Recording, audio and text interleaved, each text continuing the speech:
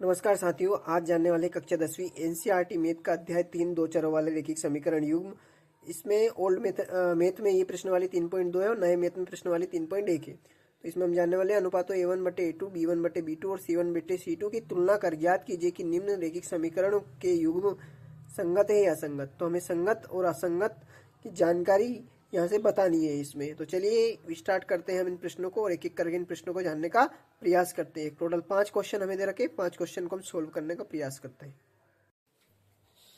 Hello students, कैसे आप सभी लोग? आशा करते हैं आप सभी बढ़िया होंगे, आपकी तैयारी बेस्ट चल रही होगी। एनसीईआरटी मैथ क्लास 10 का जो पार्ट हम सोल्व कर रहे थे उसमें ही एक और वीडियो हम लेकर आए हैं आपके लिए।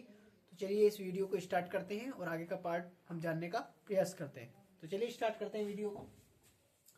यह हमको दे रखा है कि 3x + 2y = 5, 2x - 3y = 7। ये जो संख्या हमें दे रखी है, इस संख्या में हमें A1/A2 = B1/B2 = C1/C2 की जो सूत्र है उस सूत्र के द्वारा इन दोनों को तुलना करके लेके आना है और इसमें यह ज्ञात करना है कि ये समीकरण संगत है या असंगत है। तो ये हमें चेक करना है। तो जो ये हमें दे रखा है उसको ही मैं बना लेता हूँ समीकरण नंबर 1 और इसको बना लेता हूँ मैं समीकरण नंबर 2। समीकरण 1 व 2 की तुलना किससे करने पर भाई? अगले समीकरण से करने पर। अगला समीकरण क्या है हमारा? तो समीकरण 1 व 2 की तुलना रैखिक समीकरण युग्म से करने पर। किस समीकरण से करने पर? तो रैखिक समीकरण युग्म, रैखिक समीकरण युग्म से करने पर, रैखिक समीकरण युग्म से करने पर, युग्म से करने पर ये लिख दिया मैंने, रैखिक समीकरण युग्म से करने पर। और रैखिक समीकरण युग्म क्या होता है हमारा? A1 का मान क्या है हमारा? 3। फिर हमारा A2 और A2 का मान क्या है हमारा? तो 2 लिखा। फिर है B1 बराबर कितना है? तो 2। फिर B2 बराबर नीचे वाले समीकरण में देखना है -3। जब भी माइनस की कोई संख्या रहे तो उसको माइनस में लिखना है ना। और यहाँ जब कोई संख्या नहीं रहती तो प्लस में मानी जाती है, उसके आगे कोई चिन्ह नहीं रहता तो काय की मानी जाती है? प्लस की। ठीक है, अब C1 का मान लेना है और फिर C2 का मान लेना है। C1 का मान क्या है हमारे पास? 5 और C2 का मान क्या है? तो 7। ये सारे मान हमने लिख दिए।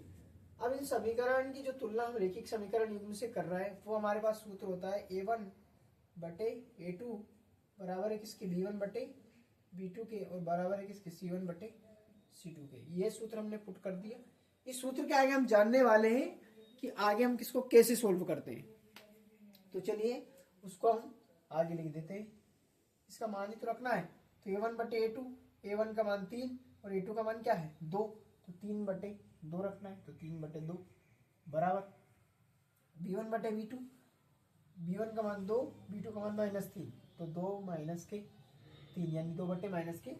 C1/C2 5/7 बराबर किसके? 5/7 के। तो ये 5/7 ये सारी संख्या हमने लिख दी। अब इसको काटने का हम प्रयास करते हैं। देखिए यह 3/2 है और ये 2/3, ये आपस में बराबर है क्या? नहीं है। तो जब ये आपस में बराबर नहीं है तो यहीं पे हम क्या लगाते थे? Not equal. नॉट इक्वल हो गए, दोनों आपस में बराबर नहीं है। कौन से फॉर्मूले में मैच हो रहा है? तो ये हो रहा है A1/A2 not is equal B1/B2। अतः समीकरण युग्म पूछा है ना, अतः कौन सा ले? आदित्य हल। कौन सा ले?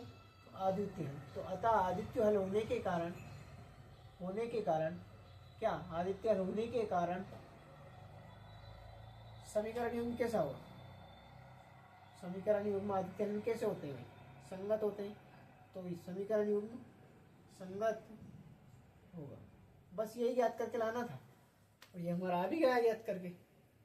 भाई जो लाना था वो आ गया। समीकरण युग्म पूछा था, समीकरण युग्म कैसा हमारा? संगत है। तो बस यही सिद्ध करके लाना था। ठीक है, ये आप अच्छे से स्क्रीनशॉट लें और इसी वीडियो के लिए हमें सब्सक्राइब जरूर करें। Thank you.